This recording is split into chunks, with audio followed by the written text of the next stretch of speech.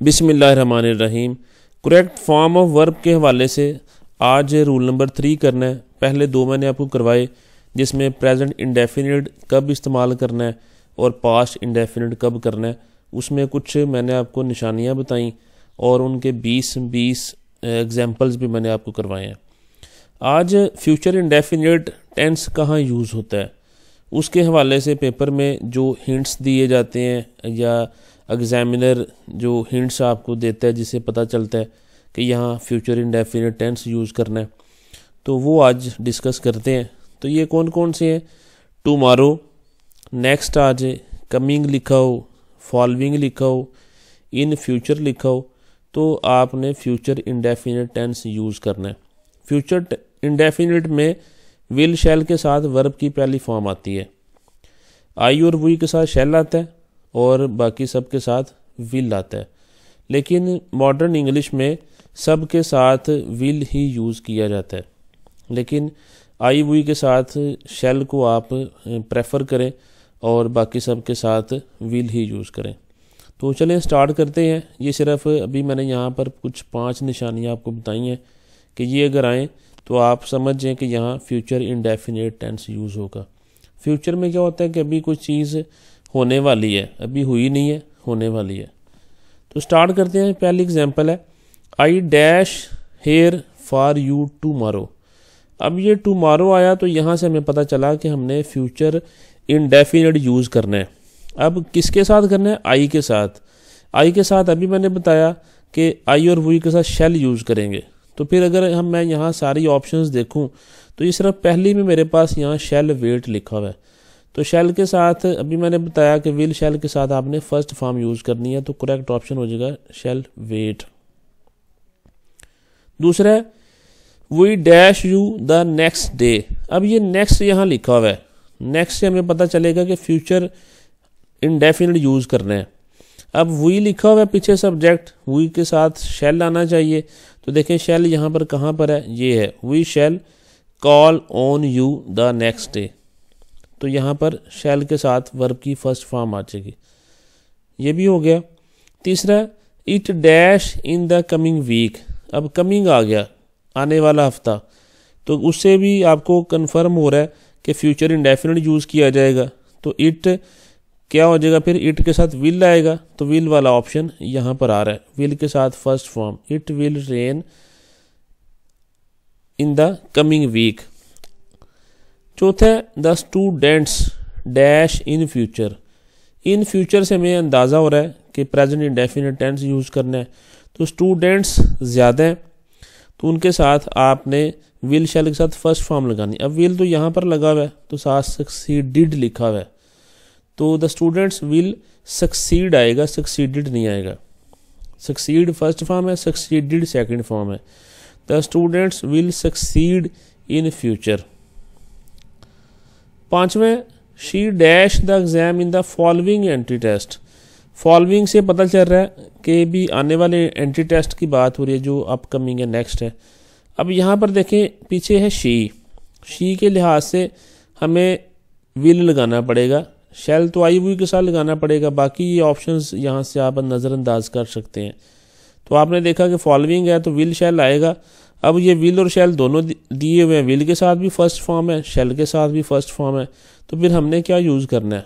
पीछे देखें शी है, शी के साथ अभी मैंने बताया कि विल यूज़ होगा, आई वी के साथ शैल, बाकी सब के साथ विल। तो करेक्ट ऑप्शन हो जाएगा she will pass the exam in the following entry test. Sixth है they dash for London tomorrow. अच्छा, दे डैश, अब जारी बात है विल शैल में से कुछ आएगा, तो शैल तो आई वी के साथ आता है, बाकी यहाँ कुछ नहीं आ सकता, तो यहाँ पर विल लीव करेक्ट ऑप्शन होगा। They will leave for London tomorrow, they के साथ विल आ गया। The court dash its verdict on the Thursday next Thursday या थर्सडे नेक्स्ट। तो नेक्स्ट से पता चल गया आपको कि आपने फ्यूचर यूज़ करना है। अब कोर्ट है, कोर्ट के साथ विल आएगा, जारी बात है शैल नहीं आएगा, तो ये वाला विल गिव वाला ऑप्शन करेक्ट होगा। नेक्स्ट है I dash him next Monday. Next आ गया और सब्जेक्ट है आपका आई के साथ फिर हम क्या इस्तेमाल करेंगे? शैल। तो शैल के साथ वर्ब की फर्स्ट फॉर्म, ये ज़रा ध्यान करना है कि विल शैल के साथ वर्ब की फर्स्ट फॉर्म वाला ऑप्शन ही यूज़ करना है। अगर यहाँ मैं शैल सीन कर देता तो शैल तो है था लेकिन उसके साथ वर्ब की थर्ड फॉर्म थी, तो यहाँ पर शैल के साथ आपने फर्स्ट फॉर्म वाला ऑप्शन लेना है। ठीक है जी, ये बात समझ आ गई। अब ये तो थी कुछ निशानियाँ, इनसे हमें पता चला कि हमने यहाँ फ्यूचर टेंस यूज़ करना है। अब ये जो अगले 7 आपको मैं एग्जांपल्स करवाने लगा हूँ, इनको भी थोड़ा सा गौर कीजिएगा। You dash it, you dash it. अच्छा, अब ये जो लिखा हुआ है यू डैश इट, यहाँ ऑप्शन है विल नॉट अंडरस्टैंड। अब यू के साथ तो विल आता है, ये विल के साथ फर्स्ट फॉर्म आती है, ये ऑप्शन आपको ठीक लग रहा है। फिर देखें डज नॉट अंडरस्टैंड। अब यू के साथ डज तो नहीं आता, डज तो ही शी इट के साथ आता है, ये एक ऑप्शन तो गलत हो गया। फिर वाज नॉट अंडरस्टैंड, यू के साथ वाज तो नहीं आता, यू के साथ तो वर आता है, ये ऑप्शन भी गलत हो गया। आगे can not understood, can not के बाद वर्ब की फर्स्ट फॉर्म आती है।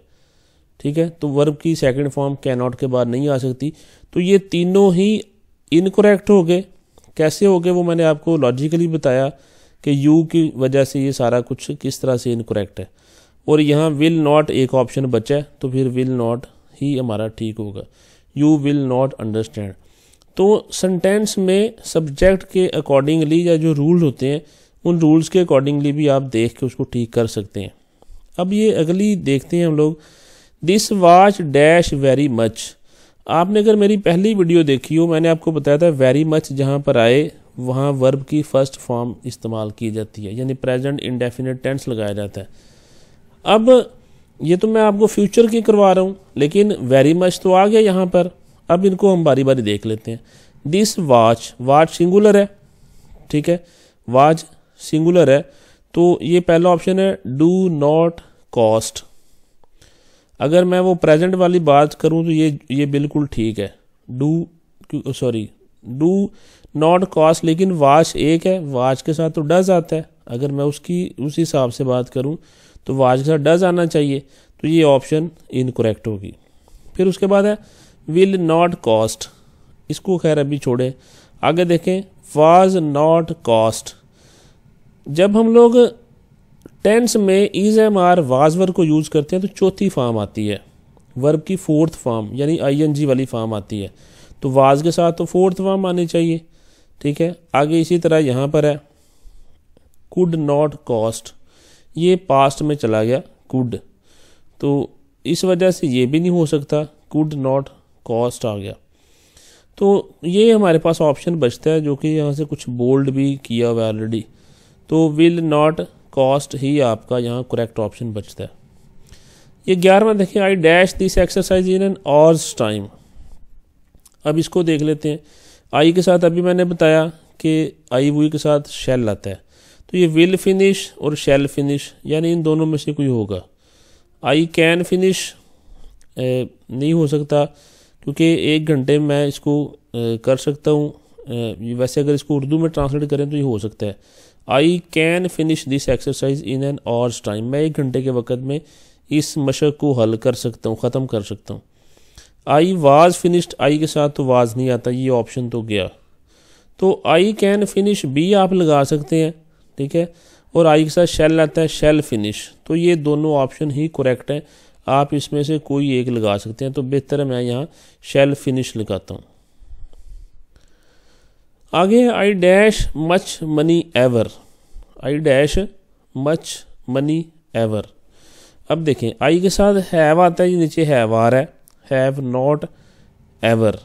ठीक है, हैव नॉट एवर, तो मेरे पास ज़्यादा पैसे कभी भी नहीं हुए, तो ये यहाँ वैसे एवर वाला ऑप्शन यहाँ नहीं आ सकता, क्योंकि एवर तो ये हैंड पे लिखा हुआ है। हाँ, अगर सिर्फ हैव नॉट होता तो फिर आप किसी हद तक इस पर गौर कर सकते थे, लेकिन ये अभी एवर चूँकि यहाँ आ रहा है तो ये पॉसिबल नहीं है। आई के साथ यहाँ पर आई विल नॉट हैव, इसको ज़रा बाद में देखते हैं।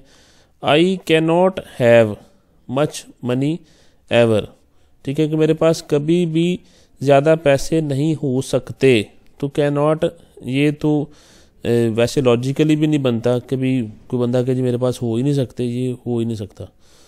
तो आगे है आई कुड नॉट हैज़। अब यहाँ हैज़ है और यहाँ तो आई है, आई के साथ तो हैज़ नहीं आता, तो ये ऑप्शन तो बिल्कुल नहीं हो सकती। आई कुड नॉट हैज़ नहीं हो सकता, ये लॉजिकली नहीं हो सकता, ठीक है। अब हमारे पास बचता है विल नॉट हैव और have not ever. Have not ever मैंने बता दिया कि एवर तो 2 दफ़ा नहीं आ सकता। अगर हैव नॉट होता तो फिर हम यहाँ कुछ ना कुछ सोच सकते थे, ठीक है। तो फिर यहाँ विल नॉट हैव का ऑप्शन ही हमारे पास बचता है, इस वजह से हमें इसी को करेक्ट मानेंगे। नेक्स्ट है व्हाट डैश डू एट 4 के 4 बजे। अब यहाँ क्योंकि वर्ब की फर्स्ट फॉर्म है तो उस हिसाब से हमने यहाँ कोई ना कोई फॉर्म लगानी है। तो पहला है व्हाट डैश, चलिए ये डू को ज़रा यहाँ ख़त्म करें फिर ज़्यादा क्लियर होगा। What will you doing. अच्छा विल के साथ तो फर्स्ट फॉर्म आती है, ये ऑप्शन तो गया। आगे व्हाट विल यू डू, ये ठीक लग रहा है। आगे देखें what can you do at 4, 4 बजे आप क्या कर सकते हैं, ठीक है। व्हाट कैन यू तो नहीं हो सकता, व्हाट यू कैन डू ये होता तो फिर ठीक था, ये भी गलत हो गया।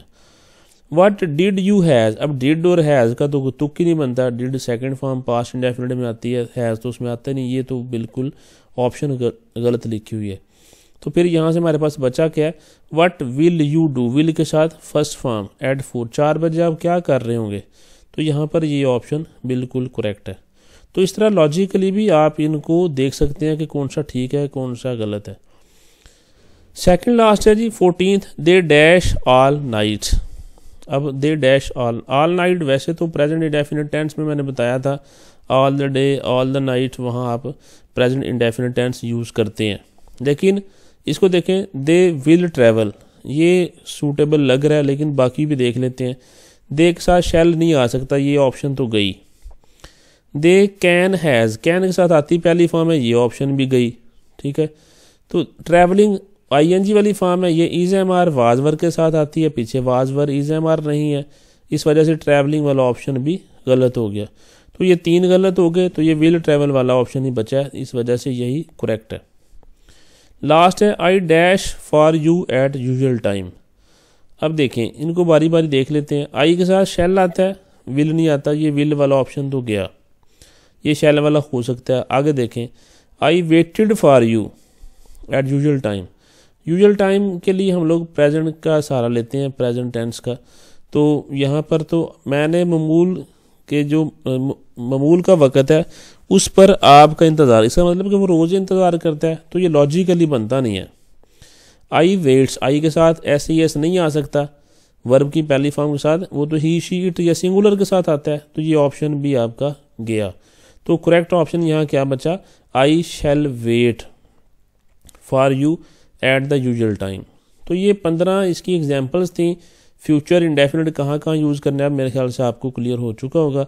बाकी 2 वीडियोस भी देख लीजिएगा, इसके बाद बाकी 2-3 रूल और हैं, वो भी मैं आपसे ज़रूर शेयर करूँगा। Thank you so much.